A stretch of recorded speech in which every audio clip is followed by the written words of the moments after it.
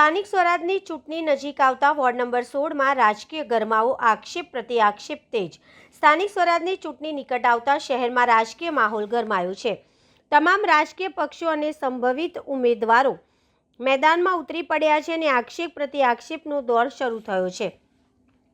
આ સંદર્ભમાં આજે વોર્ડ નંબર 16માં કેટલાક કહેવાતા સામાજિક કાર્યકરો દ્વારા આગેવાનોને લઈને વિસ્તારના પ્રશ્નો ઉઠાવવામાં આવ્યા છે। આ કાર્યકરોએ વિસ્તારના કેટલાક નાગરિકોને એકત્રિત કરી ભાજપના એક હારેલા ઉમેદવારની તરફેણમાં સાથે વર્તમાન કાઉન્સિલરોને નિશાન બનાવ્યા હતા અને વિસ્તારમાં કોઈ સુવિધાઓ નથી તેવી રજૂઆત કરી હતી।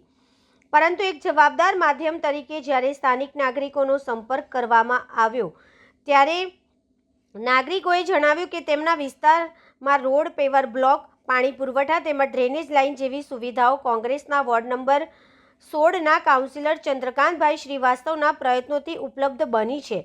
નાગરિકોએ આ પણ સ્વીકાર્યું કે વિસ્તારના સુખ દુઃખના પ્રસંગો તથા ધાર્મિક કાર્યક્રમોમાં ચંદ્રકાંતભાઈ શ્રીવાસ્તવ હંમેશા હાજર રહે છે।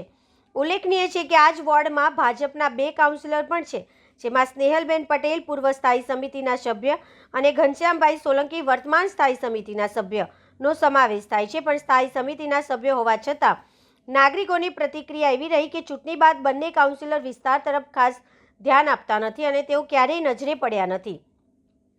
વિસ્તારના નાગરિકોને એકત્રિત કરી કાઉન્સિલરો વિરુદ્ધ મોરચો કાઢનાર સાગર ઠાકોરે પણ વિસ્તારમાં યોજાયેલા સમૂહ લગ્ન પ્રસંગે કોંગ્રેસના કાઉન્સિલર ચંદ્રકાંતભાઈ શ્રીવાસ્તવે આપેલી મદદનો ઉલ્લેખ કર્યો અને નોંધપાત્ર છે કે સમૂહ લગ્ન દરમિયાન મેદાનમાં પાણી ભરાઈ જતા ચંદ્રકાંતભાઈ શ્રીવાસ્તવ તાત્કાલિક દોડી આવી કાર્યક્રમને યોગ્ય બનાવવામાં સહાયરૂપ થયા હતા। રાજકારણમાં આવા આક્ષેપો અને વિરોધ સામાન્ય ગણાય છે, પરંતુ સ્થાનિક નાગરિકોમાં એવી લાગણી વ્યક્ત થઈ રહી છે કે કોઈના પ્રભાવમાં આવતા પહેલા કાઉન્સિલરોના સમગ્ર કાર્યકાળ દરમિયાન કોણ વિસ્તારમાં વાસ્તવિક રીતે કામે આવ્યું છે તે બાબત પર વિચાર કરવો જરૂરી છે।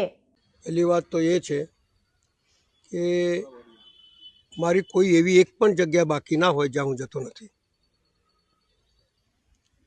આ હમણાં ગરબા હતા ત્યારે માટી નખાઈ, બધું કરાયું એમનું, જરૂર પડી તો કોરિડર્સ બધી નખાઈ, એ સિયારામનગરની અંદર મેં ડ્રેનેજ લાઈન નખાઈ, એ સિયારામનગરમાં પાણીની લાઈન નખાઈ, પણ વર્ષો થઈ જાય એટલે લોકો ભૂલી જાય।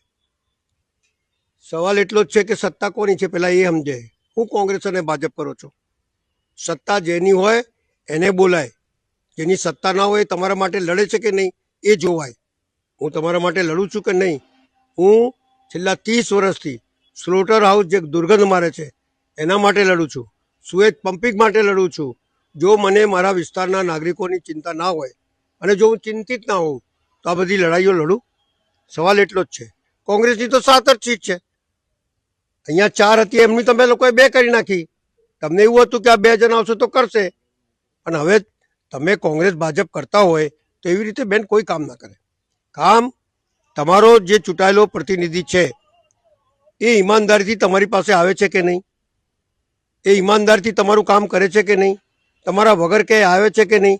એ બધું જુઓ અને 4 માણસને પૂછો અને પછી જ નિવેદન આપો। જે નથી કરતા એમના માટે કશું બોલતા જ નથી। હું તો હજુ બી તમારી નિવેદન સાંભળીને જે મારાથી શક્ય હશે કરીશ જ, કારણ કે મેં મારા જીવનની અંદર ગરીબી જોઈ છે, લોકોની વેદના સમજી છે, લોકોની વેદનાઓને જાણું છું। આક્રોશમાં આવીને માણસ બધું બોલે, પણ ખરેખર રીતે કોણ કામ કરે છે કોણ નહીં એ તરફ આપણા અંતરાત્માથી પૂછી અને પછી નિવેદન આપવાનું। એ લોકો એવું કહે છે કે અમે ભાજપના કોર્પોરેટર પાસે જઈએ તો કોંગ્રેસના કોર્પોરેટર નારાજ થાય છે અને કોંગ્રેસના કોઈ દિવસ તો ભાજપના કોર્પોરેટર। હું તો કોઈ દિવસ કોઈનાથી નારાજ થતો જ નથી। કોઈ બી વ્યક્તિ પક્ષાપક્ષીના રાજકારણ છોડી અને લોકોનું કામ કરે અને એમની વેદનાઓને સમજીને આગળ વધે તો મને એવું લાગે છે કે આ વોર્ડમાં સારું કામ થશે। પણ મતદાતાઓ એવું સમજે છે કે ભાજપ પાસે ગયા તો કોંગ્રેસ નારાજ થશે, કોંગ્રેસ પાસે। અમારા ચારેમાંથી કોઈ કોઈના માટે નારાજ થતો નથી, કોઈ બી કામ કરે। પણ આટલું મોટો બજેટ લાવવાનું ક્યાંથી? હવે તમને વિચાર કરો કે સુએજ પમ્પિંગ બગડ્યું હતું, આટલો લડ્યો તો 200 કરોડ રૂપિયાનો નવો સુએજ પમ્પિંગ બનાવી રહ્યો છે। આ વિસ્તારમાં 200 કરોડ રૂપિયા આવે? 14 કરોડ રૂપિયા સુએજ આપણે આના માટે લડ્યો, સ્લોટર હાઉસ માટે, એના 14 કરોડ રૂપિયા આપીને નવી પદ્ધતિથી બની રહ્યો છે। જેથી આ વિસ્તારના નાગરિકોને તકલીફ ના થાય, કારણ કે દુર્ગંધ એટલી બધી મારે છે કે કોઈ છોકરી આપવા માટે તૈયાર નથી. એટલે આ બધી પરિસ્થિતિનું સર્જન છે. અને જ્યારે બી તમે ઘર લીધું છે ત્યારે જોઈને જ લીધું છે. તમે જ જાતે જ રૂપારેલ કાસ પાસે ઘર લીધેલું છે. હવે એ વસ્તુને સુધારતા વાર તો લાગવાનું જ છે. તો કોઈના ઉપર આક્ષેપ કરતા સીધી માંગણી કરે કે ભાઈ આ કરે છે, મારું ઘર હંમેશા ખુલ્લું રહે છે, ગમે તે વ્યક્તિ આવીને બોલી શકે છે, હું કોઈ દિવસ કોઈની વાત નથી સાંભળ્યો, એવો એક દાખલો જીવનમાં ના હોય. એટલે બોલતા પહેલાં વિચાર કરવો જોઈએ. અને